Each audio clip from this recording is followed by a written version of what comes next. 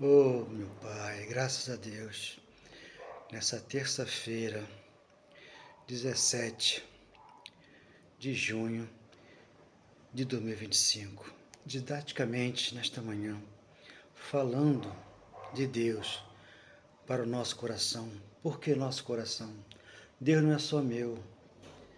Deus, Ele é de todo aquele que crê, pois Ele é o Espírito Santo que desceu do céu e já deu vida à igreja. Por isso que eu aqui sempre menciono, né? João 16:7. Ele veio para quê? Para ensinar você, aquele que crê. Não por campanhas, quest de libertação, busca do Espírito Santo, estas coisas, meu amado irmão. Vem da carne, do homem, para envolver o povo de Deus dentro de uma congregação que não fala de Deus puro, porque Deus é sem fermento. Evangelho são boas novas da salvação. A salvação aconteceu na cruz, para que você hoje recebesse de Deus esse amor que é dele, que é o Espírito Santo, que é o guia da igreja, que hoje nos libertou, nos salvou e nos santificou e nos purificou e nos consagrou. Por isso estamos aqui, no reino do Filho do seu amor. Oh, meu Deus, obrigado por esse dia, que seja o melhor de nossas vidas. Obrigado, Senhor. Oh, meu Deus, obrigado. Deus é verdade. Deus é vida.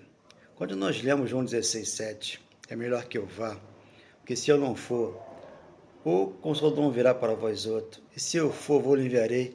Ele veio ou não veio? Né? João 14:1, João 14:18, João 14:28. Veja que Paulo e Pedro viveram no primeiro século. A Bíblia não foi escrita hoje, foi escrita no primeiro século.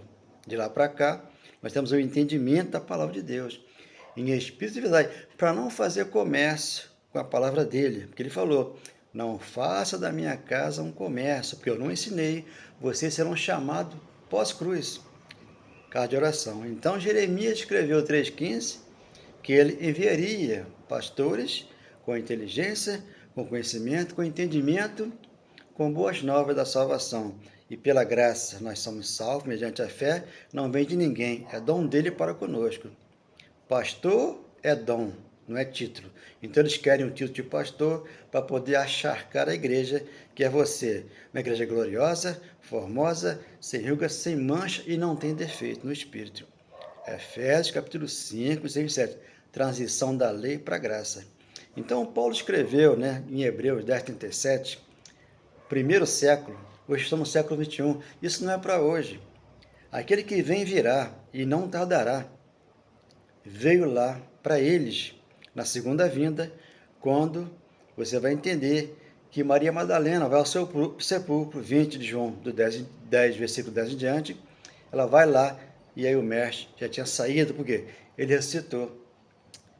E Tomé, que era incrédulo, 20 de João 26, a marca do cravo na mão de Jesus, para mostrar na ressurreição e na vida que ele já veio para nós. Mas veio para nós como? Em espírito e em verdade. Nos ensinar as boas novas da salvação. Você tem salvação e você procura o quê? Um pastor. Para que ele unja você com óleo, para que ele faça alguma coisa por você lá. Mas só que lá, Deus não está lá. Deus está aqui, dentro de você.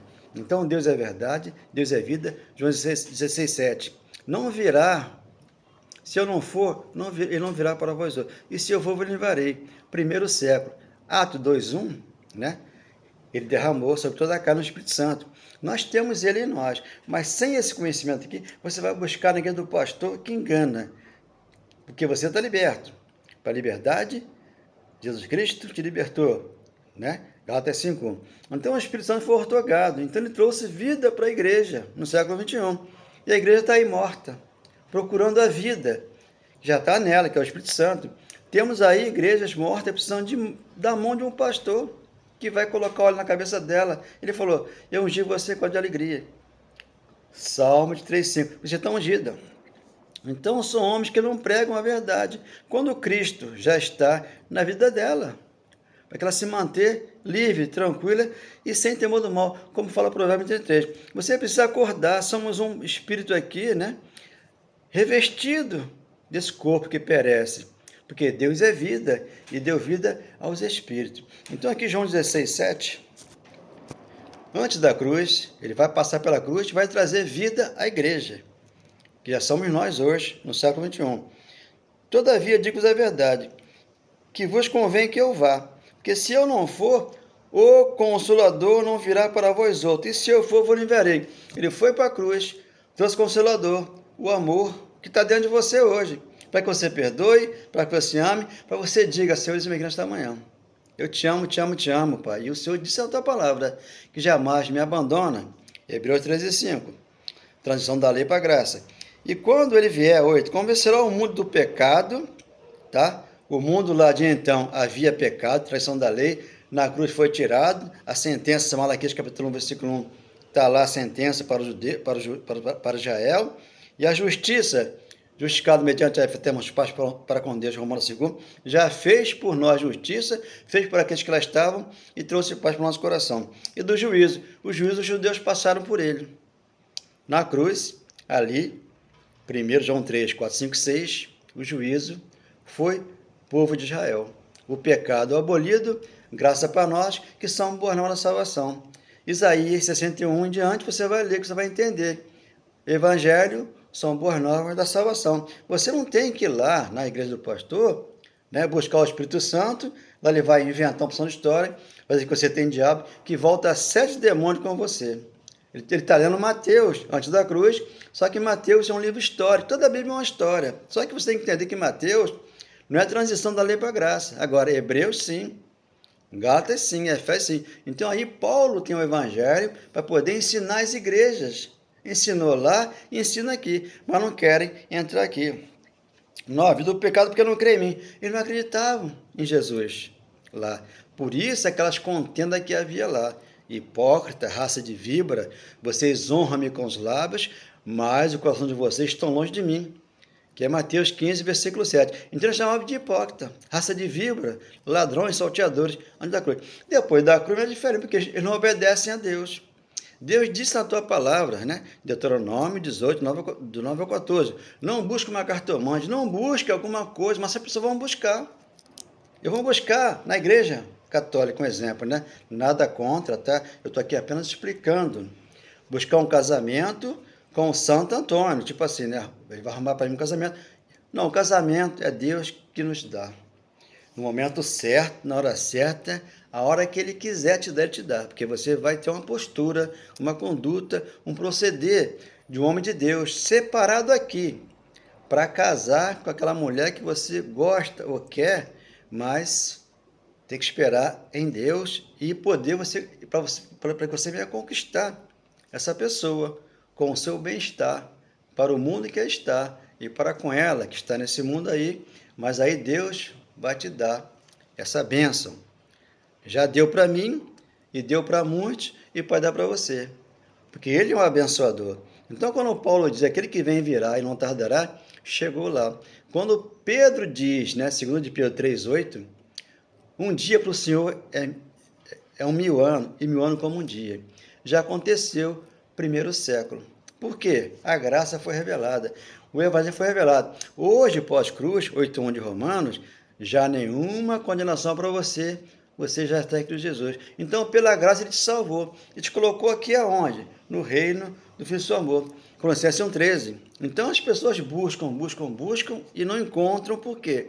Já está dentro dela. É só ler o evangelho e entender a palavra de poder que está dentro de você.